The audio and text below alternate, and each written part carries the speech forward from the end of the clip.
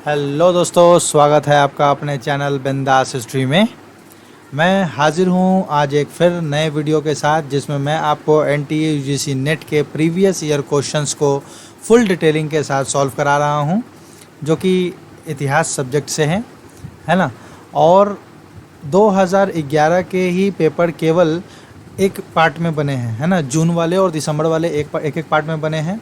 उसके बाद से जो भी बने हैं वो सारे के सारे दो पार्ट में बने हैं, पार्ट 1 एवं पार्ट 2 में गए हैं। और आज हम लोग प्राचीन भारत के इतिहास एनटीयूसी नेट के कौन से जून के पेपर करने वाले हैं, जून 2013 के, ठीक है ना। और एक चीज़ बता दूं कि जून 2013 का पार्ट 1 कल आ चुका है वीडियो, आप उसे जाकर अगर आप लोगों ने नहीं देखा है तो ज़रूर देखें। और ये उसका पार्ट 2 है ना, ये उसका पार्ट 2 है, ये उसका पार्ट 2 है। पार्ट 1 का वीडियो आ चुका है एंशिएंट हिस्ट्री की। और आज हम लोग एनटीयूसी नेट के जून 2013 के प्रीवियस ईयर क्वेश्चन को, उसके पार्ट 2 को करने वाले हैं, ठीक है। उससे क्वेश्चन शुरू करने से पहले ये मैं बता दूं, ये मेरा टेलीग्राम आईडी है। आप चाहें तो ये डिस्क्रिप्शन में दिया रहता है, आप इस लिंक पर क्लिक करके हमारे टेलीग्राम ग्रुप से जुड़ सकते हैं।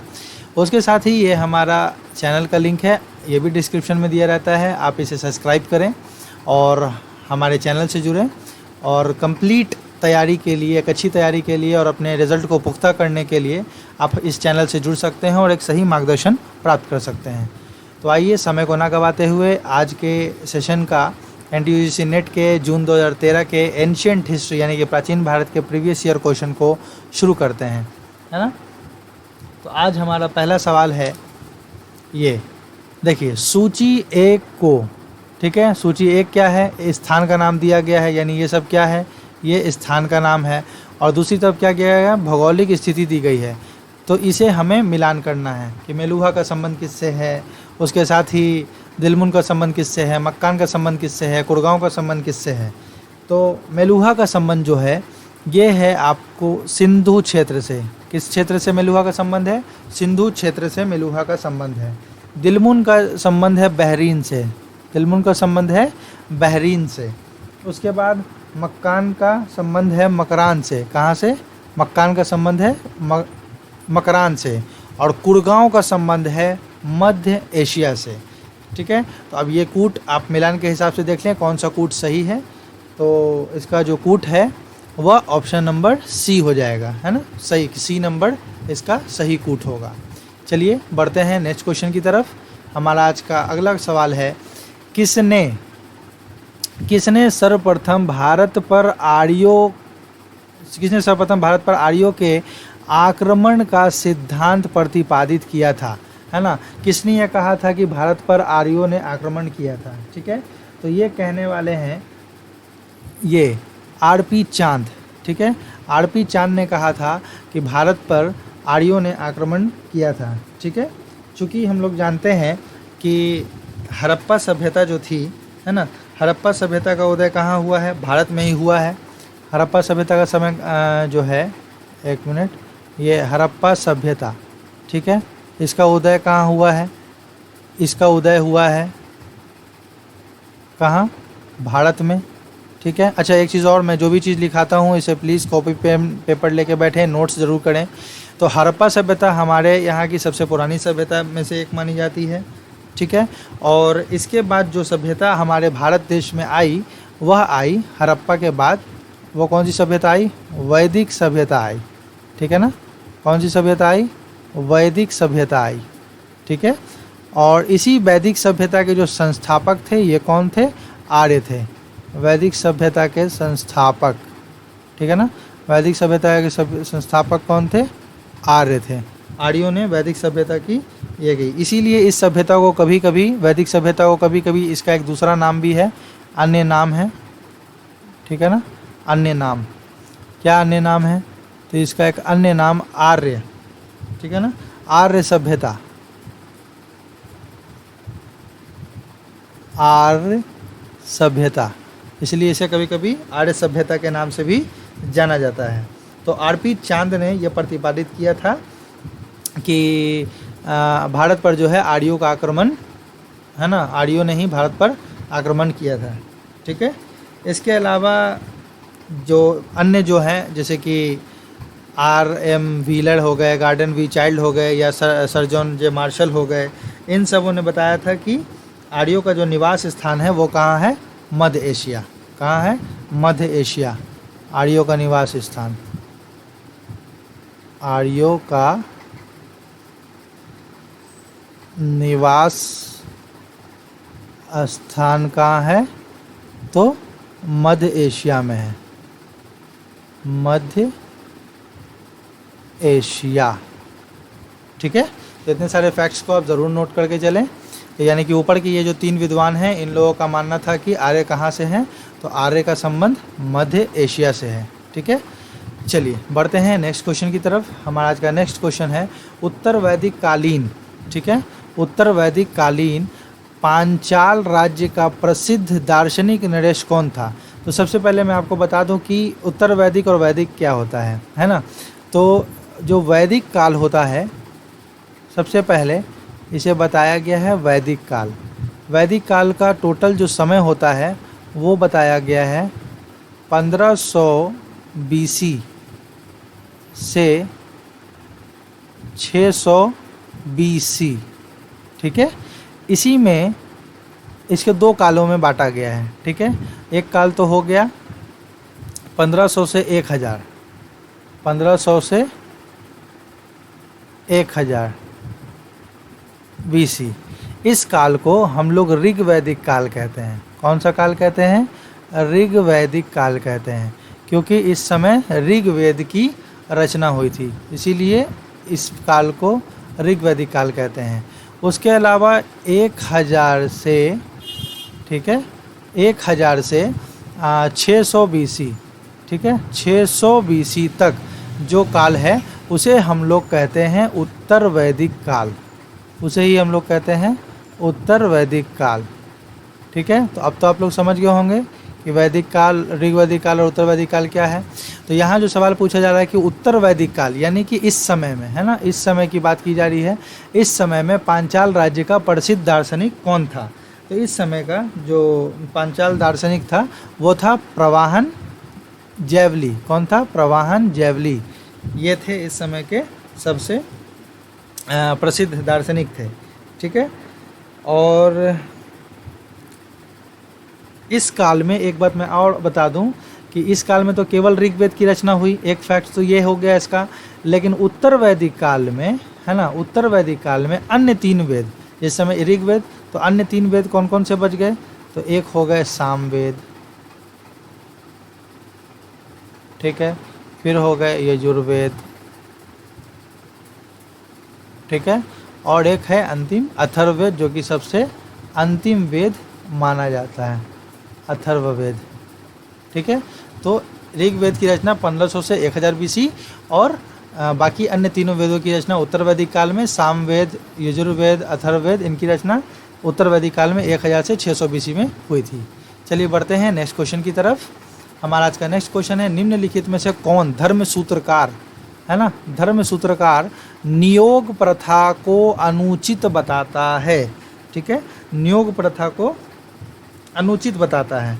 तो ये आप स्तंभ, है ना, ये जो है आप स्तंभ जो है ये नियोग प्रथा को क्या बताते हैं? अनुचित बताते हैं।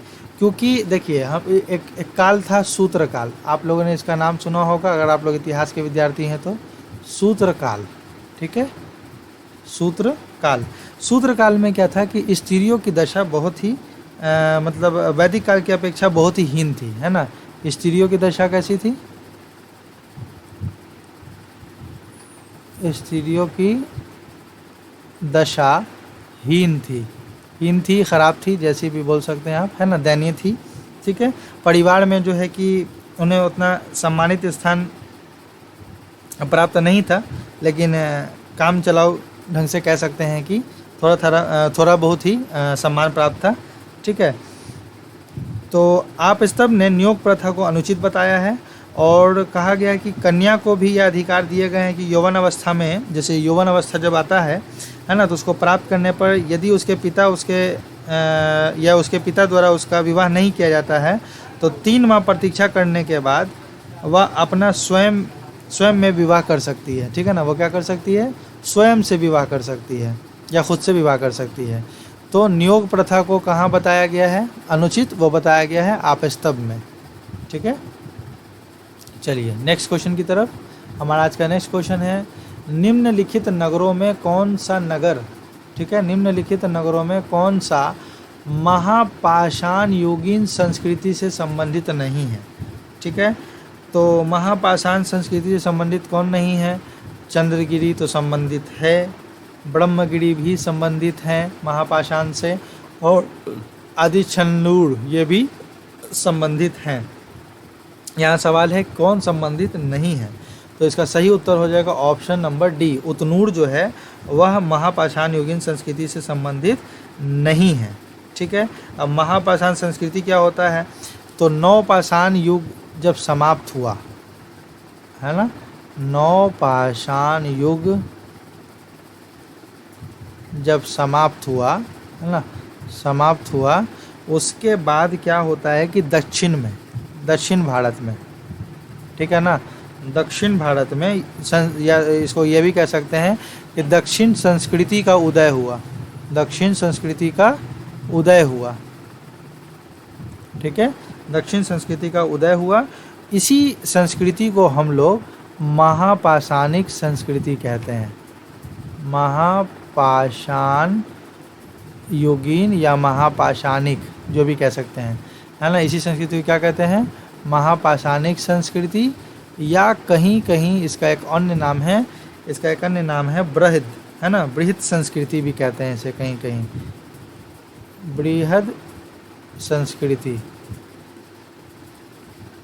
ठीक है, बृहद संस्कृति के भी नाम से जाना जाता है। ठीक है, चलिए, और उतनूर क्या है? उतनूर जो है वह महापाषाण युगीन संस्कृति नहीं है। तो ये कौन सा संस्कृति में आता है? ये नवपाषाण काल में आता है। ठीक है ना, ये किस काल में आता है? ये नवपाषाण काल का है, इसका संबंध नवपाषाण काल से है। चलिए बढ़ते हैं नेक्स्ट क्वेश्चन की तरफ। हमारा आज का नेक्स्ट क्वेश्चन है, ये देखिए, निम्नलिखित में से किसमें कौटिल्य के कई नामों का उल्लेख है? ठीक है, तो कौटिल्य के कई नामों का उल्लेख हमें प्राप्त होता है अभिधान चिंतामणि से। ठीक है, अभिधान चिंतामणि में कौटिल्य के कई नाम दिए गए हैं। कौन कौन से नाम हैं? कहीं कहीं इन्हें वात्स्यायन भी कहा गया है। ठीक है ना, वात्स्यायन, आधाता वात्स्यायन कहा गया है, या वात्स्यायन भी कहा गया है ना, यही वात्स्यायन है। कहीं कहीं इन्हें कुटिल कहा गया है। ठीक है, कुटिल कहा गया है, चाणक्य कहा गया है। ठीक है, विष्णुगुप्त कहा गया है।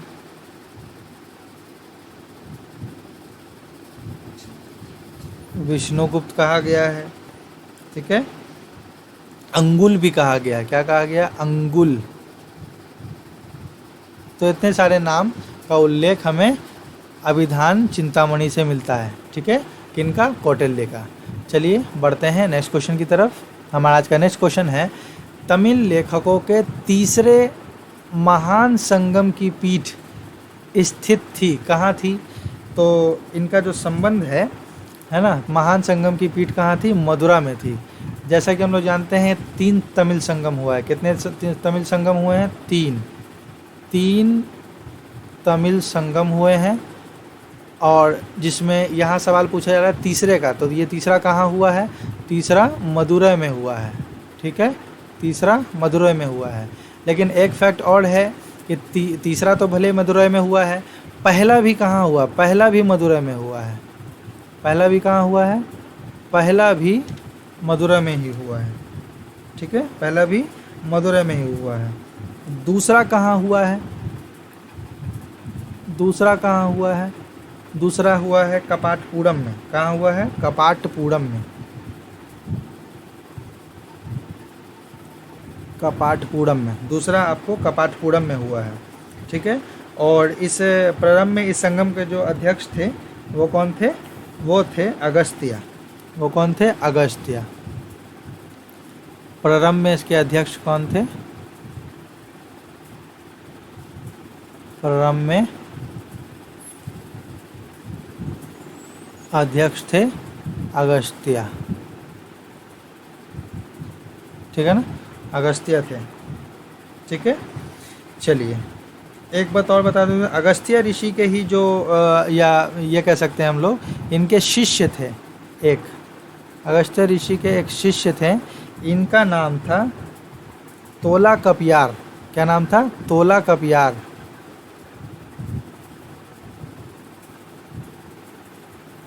तोला कपियार, इन्होंने ही रचना की थी तोलकापियम की। किसकी रचना की थी? तोलकापियम की रचना की थी, तोलकापियम की। ठीक है, चलिए तो अब हम लोग चलते हैं नेक्स्ट क्वेश्चन में। हमारा आज का नेक्स्ट क्वेश्चन है, निम्नलिखित में से कौन सा नगर पुरातन काल के दौरान बंदरगाह नहीं थी? ठीक है, यहाँ सवाल पूछा जा रहा है कि कौन सा नगर पुराने समय में बंदरगाह नहीं थी। नहीं थी पे बात किया जा रहा है। ठीक है, तो टूटीकोरिन जो थी ये पुराने समय में बंदरगाह नहीं थी, ये अभी के समय में बंदरगाह मानी जाती है। पुराने समय में कौन कौन से बंदरगाह थे? पुराने समय में ये पुहाड़ बंदरगाह थी, ताम्रलिप्ति बंदरगाह थी, नागपट्टनम, ये सब बंदरगाह थी, है ना, ये सब बंदरगाह थी।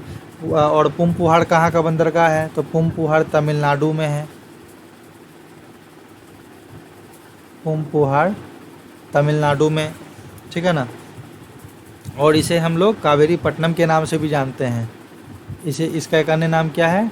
कावेरी पट्टनम। कावेरी पट्टनम क्या है? ये इसका अन्य नाम है। ठीक है, उसके बाद तूतीकोरिन जो है ये आधुनिक समय में इसका नाम है, ये आधुनिक बंदरगाह है। तूतीकोरिन क्या है? ये आधुनिक बंदरगाह है। तूतीकोरिन आधुनिक बंदरगाह है, ये प्राचीन समय का बंदरगाह नहीं है। तूतीकोरिन आधुनिक बंदरगाह है। ठीक है, चलिए तो बढ़ते हैं नेक्स्ट क्वेश्चन की तरफ। हमारा आज का नेक्स्ट क्वेश्चन है, सातवाहन के सिक्कों के संदर्भ में निम्नलिखित में से कौन सा कथन सही नहीं है? देखिए इस क्वेश्चन में भी ज़्यादातर क्वेश्चंस को सही नहीं है पे फोकस किया गया है। ठीक है, तो कौन सा कथन सही नहीं है पे बात हो रही है, तो पढ़ते हैं। उन्होंने सोने के सिक्के जारी नहीं किए, उन्होंने सोने के सिक्के जारी किए, उन्होंने सीसा का सिक्का जारी किया, उन्होंने प्रोटीन का सिक्का जारी किया। तो सबसे पहले तो यहाँ सवाल है नहीं है, तो भाई सीसा का सिक्का तो उन्होंने जारी किया था, प्रोटीन का भी सिक्का उन्होंने जारी किया था। ठीक है, उसके अलावा उन्होंने सोने के सिक्के जारी नहीं किए थे। तो जब सोने के सिक्के जारी नहीं किए थे तो इस हिसाब से यहाँ ऑप्शन उल्टा दिया हुआ है, उन्होंने सोने के सिक्के जारी किए। तो जब सोने के सिक्के ही नहीं जारी किए तो हमारा ये वाला उत्तर सही हो जाए, क्योंकि सवाल में क्या पूछा जा रहा है, कौन सा सही नहीं है। ठीक है ना। मौर्यों के बाद दक्षिण भारत में क्या हुआ था? सातवाहनों ने लगभग 200 वर्षों तक शासन किया था, है ना। मौर्य के बाद आए थे सातवाहन। किसके बाद आए थे? मौर्य के बाद आए थे। मौर्य के बाद कितने वर्षों तक शासन किया? 200 वर्षों तक। 200 वर्षों तक शासन किया था, है ना। 200 वर्षों तक शासन किया था। और इसी दौरान इन लोगों ने सोने के सिक्के जारी नहीं किए, जबकि इन लोगों ने और किस किस चीज़ के जारी किए? तांबे के किए, है ना। उसके बाद चांदी के किए, तांबे के सिक्के, चांदी के सिक्के और सीसा का सिक्का, प्रोटीन का सिक्का, इन सब चीज़ों के सिक्कों को इन लोगों ने जारी किया। और हाँ, कांसे की भी सिक्के को इन लोगों ने जारी किया था, कांसे का। तो इन सब के सिक्के इन लोगों ने जारी किए थे। सिक्के यानी कॉइन, कॉइन को इन लोगों ने जारी किया था। ठीक है, चलिए बढ़ते हैं नेक्स्ट क्वेश्चन की तरफ। हमारा आज का नेक्स्ट क्वेश्चन है, मालव काल गणना निम्नलिखित में से किस संवत के अभिन्न थी? यानी कि मालव काल गणना इनमें से 4 संवत दिए गए हैं और किससे अभिन्न थी, मतलब कि अलग नहीं थी। ठीक है, तो ये विक्रम संवत से अलग नहीं थी। इसका संबंध किससे था? विक्रम संबंध से था। विक्रम संवत कब से शुरू होता है बताइए? 57 ईसा पूर्व से। 57 ईसा पूर्व से, है ना। इसका एक अन्य नाम है कूट संवत या मालव संवत। क्या क्या नाम दिया गया है? कूट संवत और क्या नाम है? मालव संवत, है ना। ये दोनों इसका नाम है। ये दोनों क्या है? ये दोनों अन्य नाम है।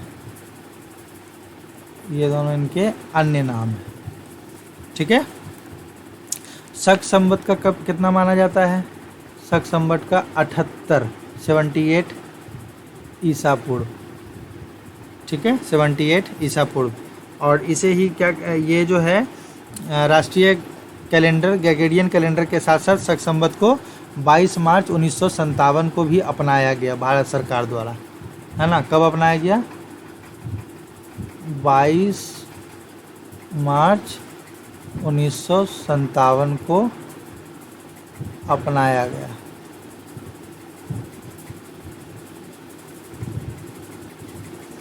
ठीक है, चलिए बढ़ते हैं नेक्स्ट क्वेश्चन की तरफ। हमारा आज का नेक्स्ट क्वेश्चन है, निम्नलिखित में से किसमें तमिल वासियों की व्यापारिक गतिविधियों से संबंधी संदर्भ प्राप्त मिलते हैं या प्राप्य हैं? यानी कि ये चार ऑप्शन जो दिए गए हैं, इसमें तमिल वासी यानी तमिल के जो निवासी हैं उनके व्यापारिक गतिविधि का वर्णन हमें इसमें से किसमें प्राप्त होता है? तो ये हमें प्राप्त होता है शिल्पाधिकारम से। किसमें प्राप्त होता है? शिल्पाधिकारम में। शिल्पाधिकारम क्या है? यह एक संगमकालीन रचना है। संगमकालीन रचना है। ठीक है, इसमें क्या मिलता है? इसमें व्यापारिक गतिविधियों का विवेचन है। व्यापारिक गतिविधियों का वर्णन, गतिविधियों का वर्णन है। ठीक है ना, व्यापारिक गतिविधियों का क्या है? इसमें वर्णन है। बढ़ते हैं नेक्स्ट क्वेश्चन की तरफ। हाँ, नेक्स्ट क्वेश्चन की तरफ बढ़ने से पहले एक और है मनी मैखले। ठीक है, मनी मैखले के बारे में भी थोड़ा सा आप लोग फैक्ट जान लें। यह एक तमिल साहित्य है।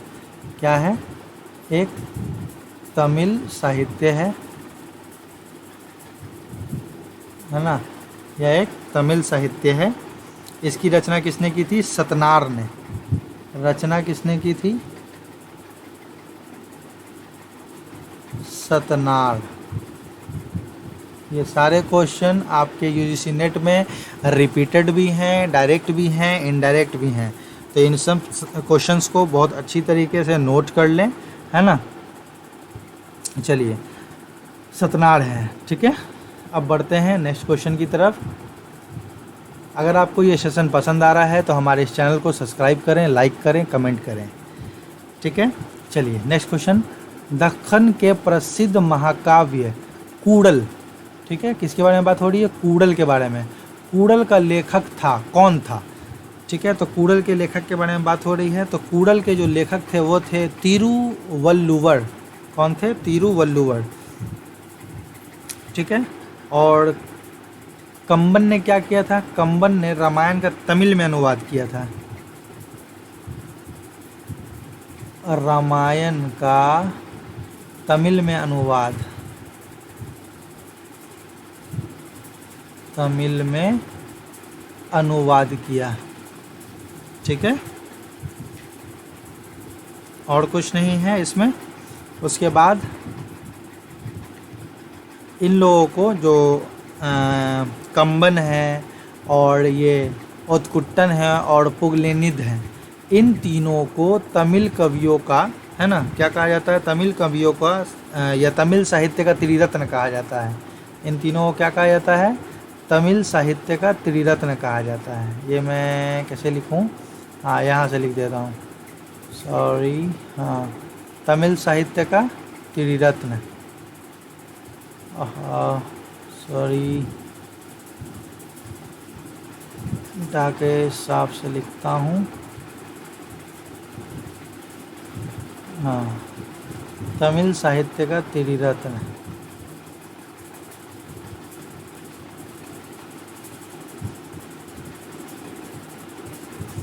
एक मिनट, यहाँ लगता है कुछ टेक्निकल प्रॉब्लम आ गई है। Processing please, sorry. हाँ, तमिल साहित्य का त्रिरत्न, है ना। किसे कहा जाता है? कम्बन को, उत्कुट्टन को और पुगलिनित को। इन्हें तमिल साहित्य का त्रिरत्न कहा जाता है। चलिए बढ़ते हैं नेक्स्ट क्वेश्चन की तरफ। हमारा आज का नेक्स्ट क्वेश्चन है, देखिए, मिलान करना है सूची 1 को सूची 2 के साथ। तो आइए हम इन्हें मिलान करें। तो मिलान करने के लिए तोल्पादिकारम का जो संबंध है उसमें क्या दर्शन है, क्या दिया गया है उसमें, तो उसका संबंध है तोल्पादिकारम में व्याकरण है। क्या है? व्याकरण। इसका संबंध है तोल्पादिकारम में, हमें तमिल व्याकरण देखने को मिलता है। ठीक है, क्या देखने को मिलता है? तमिल व्याकरण। उसके बाद तिरुकुल में क्या है? तिरुकुल में जैन दर्शन है। तिरुकुल में क्या है? जैन दर्शन। ठीक है, उसके बाद शिल्पाधिकारम में क्या है? शिल्पाधिकारम में एक प्रेम कथा है। ठीक है ना, शिल्पाधिकारम में क्या है? एक प्रेम कथा है। और परिपाडल का संबंध किससे है? दर्शन से है। तो अब इस हिसाब से आप कूट मैच कर लें तो सही कूट यहाँ फिट हो रहा है ऑप्शन नंबर बी का। ठीक है ना। चलिए अब चलते हैं नेक्स्ट क्वेश्चन की तरफ। हमारा आज का नेक्स्ट क्वेश्चन है, भारत में सर्वप्रथम किस अभिलेख में शून्य का, है ना, किस अभिलेख में शून्य का प्रमाण मिला है? ठीक है, तो किस अभिलेख में शून्य का प्रमाण मिला है? किसकी बात हो रही है? शून्य की बात हो रही है। तो हमें भोजदेव के ग्वालियर अभिलेख से, भोजदेव के ग्वालियर अभिलेख से हमें शून्य का प्रमाण देखने को मिलता है।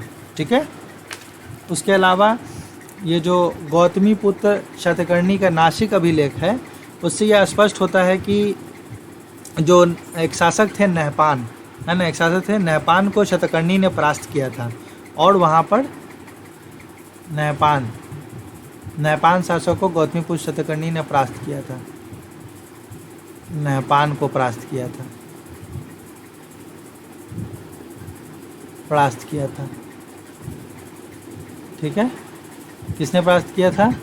गौतमी पुत्र शतकर्णी ने, इन्होंने परास्त किया था।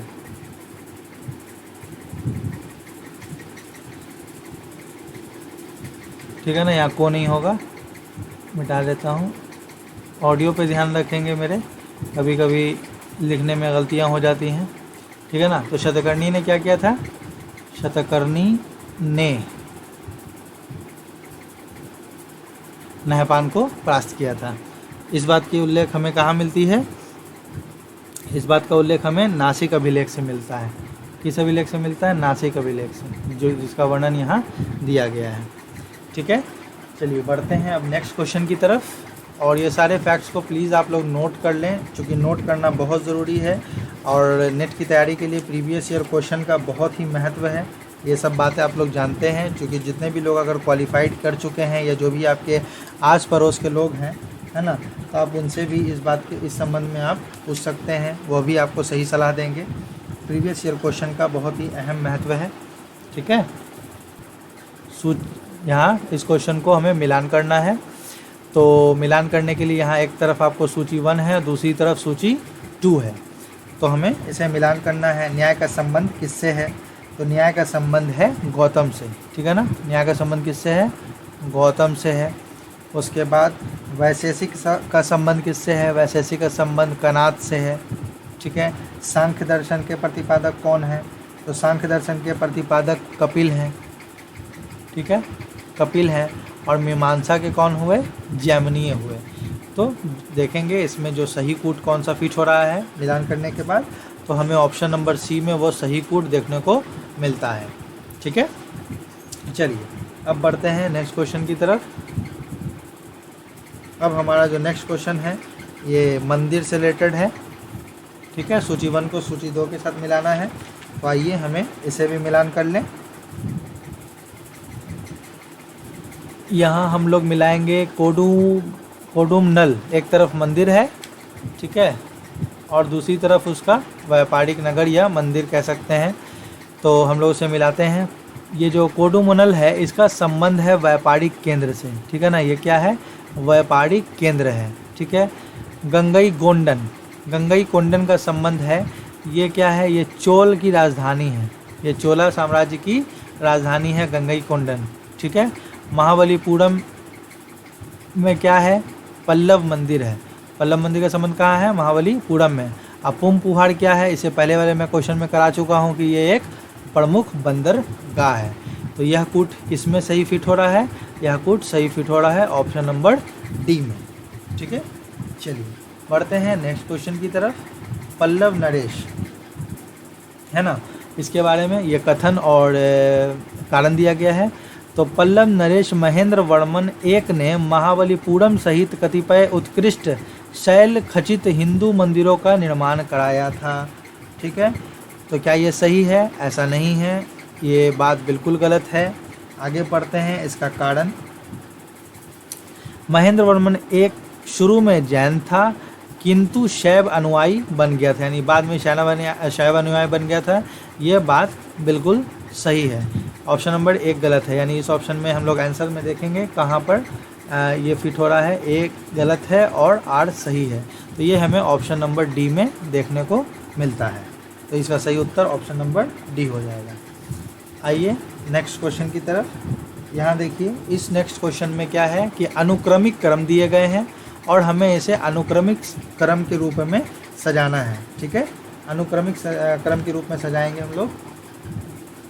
तो सबसे पहले किनका नाम आता है? सबसे पहले आते हैं आदित्य चोल, ठीक है ना। इनका 1 नंबर है, सबसे पहले नंबर पर आते हैं आदित्य चोल। उसके बाद जो है दूसरा नंबर इनका आता है वह है परातांग चोल, ठीक है। ये हो जाएंगे दूसरे नंबर पर परातांग चोल, ठीक है। तीसरे नंबर पर है राजराज चोल 1, ठीक है। तीसरे नंबर पर इनका है राजराज चोल 1 और चौथे नंबर पर है राजेंद्र चोल। तो इस हिसाब से हमारा सही उत्तर है ऑप्शन नंबर बी, क्योंकि यही सही कूट फिट हो रहा है, ठीक है। चलिए अब बढ़ते हैं हम अपने नेक्स्ट क्वेश्चन की तरफ। हमारा आज का नेक्स्ट क्वेश्चन है, यहाँ हमें सूची 1 को सूची 2 से मिलाना है। ये स्टोन एज के क्वेश्चन दिए गए हैं, पुरा पाषाण, मध्य पाषाण, नव पाषाण, उच्च पुरा पाषाण, है ना। और उसे हमें इसे मिलाना है कि किस काल में कौन सा चीज़ ज़्यादा प्रसिद्ध था। तो आइए हम लोग इसे मिलान करें। तो इसका जो मिलान है, सबसे पहले पुरा पाषाण काल में इसका संबंध चिप्पड़ पाषाण उपकरण से है, ठीक है, चिप्पड़ पाषाण उपकरण से। उसके बाद मध्य पाषाण काल में क्या हो गए थे? लघु पाषाण उपकरण बनने तैयार हो गए थे, ठीक है। उसके बाद नव पाषाण काल है ना, नव पाषाण काल ये हम लोग देखेंगे। इसका संबंध है घिसे पाषाण उपकरण से, ठीक है। इस समय पाषाण के उपकरण जो थे घिस के पॉलिशदार बनाए गए थे। और उच्च पुरा पाषाण काल में क्या है? शैल चित्रों का भी निर्माण शुरू हो गया था। तो इस कूट को सही फिट कराएं, इस हिसाब से सही उत्तर होगा इनका ऑप्शन नंबर सी, है ना। आप मिलान के हिसाब से देख सकते हैं। चलिए बढ़ते हैं नेक्स्ट क्वेश्चन की तरफ। हमारा आज का नेक्स्ट क्वेश्चन है, सर्वाधिक हड़प्पीय पुरा स्थल किस नदी के किनारे मिले हैं, ठीक है। तो ये हमें सरस्वती नदी के किनारे मिले हैं। सबसे ज़्यादा जो भी हमें पूरा हड़प्पीय पुरा स्थल प्राप्त हुए हैं वह कहाँ से प्राप्त हुए हैं? वह हमें सरस्वती नदी के किनारे ही प्राप्त हुए हैं, ठीक है। चलिए बढ़ते हैं नेक्स्ट क्वेश्चन की तरफ। हमारा आज का नेक्स्ट क्वेश्चन है, हड़प्पा सभ्यता का वह कौन सी विशेषता थी जो समकालीन अन्य सभ्यताओं में ज्ञात नहीं है? यानी कि हड़प्पा सभ्यता के समय और भी कई सभ्यताएं थी जो उनकी समकालीन थी, लेकिन वह उन्हें हड़प्पा सभ्यता से कैसे भिन्न करती है? हड़प्पा सभ्यता में से कौन सी खास विशेषता थी जो अन्य सभ्यताओं में नहीं थी, है ना। तो वह थी सूती कपड़ा। वह क्या थी? सूती कपड़ा। हड़प्पा सभ्यता के लोग कपास की खेती करना जानते थे, है ना, और ये और कहीं देखने को नहीं मिला है। तो कपास की खेती का सबसे प्राचीनतम प्रमाण भी मान सकते हैं आप, कपास की खेती का प्राचीनतम प्रमाण।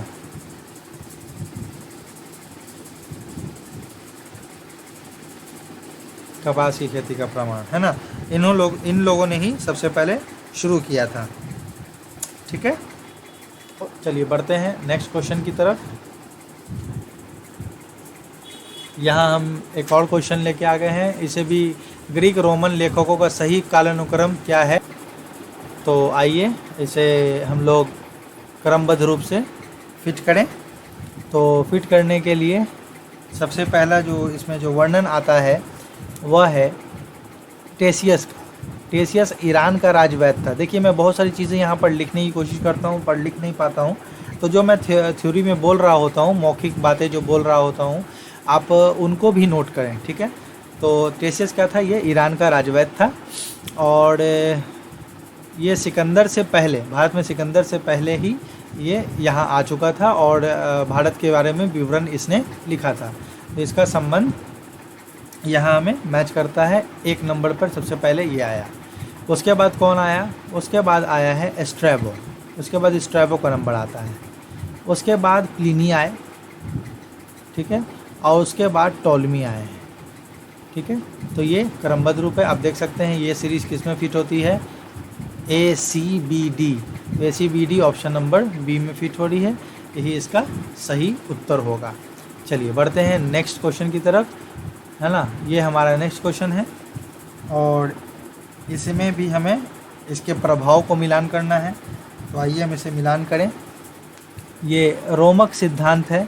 रोमक सिद्धांत जो है ये इसका संबंध रोमी प्रभाव से है। किससे है, रोमी प्रभाव से।